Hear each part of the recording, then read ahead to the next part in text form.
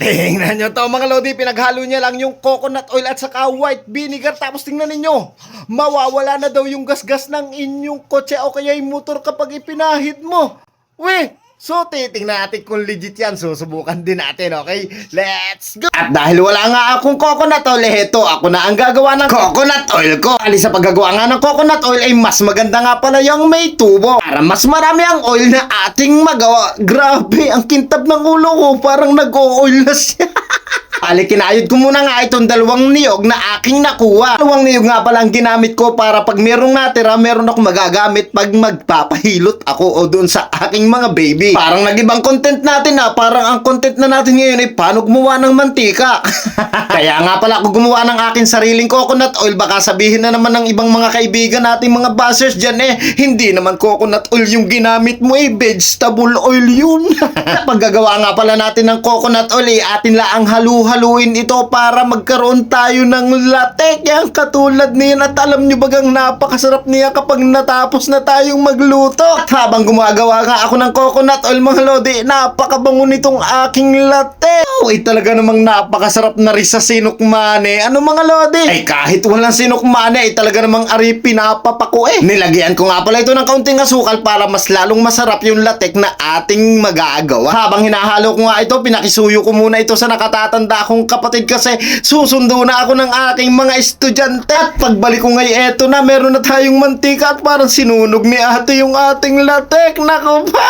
Yung mga lodi, dahil natapos ko nang gawin yung ating coconut oil. Baka sabihin nyo hindi pa coconut oil ha. Kitang-kita nyo kung paano ko ginawa.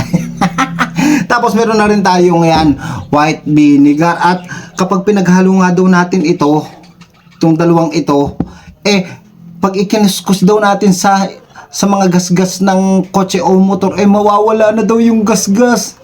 So, titingnan natin kung legit yun ngayon. So, hindi ko ito ilalahat, babawasan ko kasi kailangan ko ito, maganda itong panghilot sa mga bata, So, ito, ito lang ang gagamitin natin. Yan, mga lodi. Pero parang marami pa rin, bawasan ko pa. Yan, pwede na yan, marami pa rin yan, ha. So, lagyan na natin ng suka. Yan. Tapos haluin lang natin. Yan, haluin lang natin. Yan, ang bango talaga ng langis ng nyug. Tamang-tama to pang kaunti pa. Panghilot.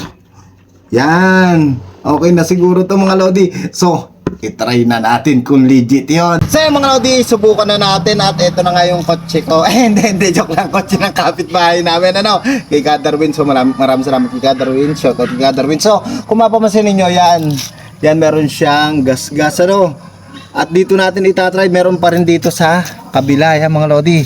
Ito. At nag-umpisa muna nga ako dito sa maliit na gas-gas mga lodi. At sa unang pahit ko nga mga lodi, nawala na yung gas-gas niya. Alam mga lodi, nawala. Ang galing. Ito naman. In 3, 2, 1. Yan. So, tingnan natin. Pero kanina itong mga lodi, yung mababaw nawala. So, balikan natin yung nandoon. Alam mga lodi, nawawala-wala na. So tingnan natin nga daw yung nandito sa unahan.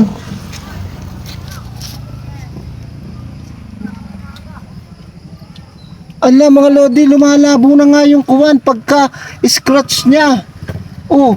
Tapos yung isa nating nilagyan dito, nawala na mga lodi. Nawala yung scratch.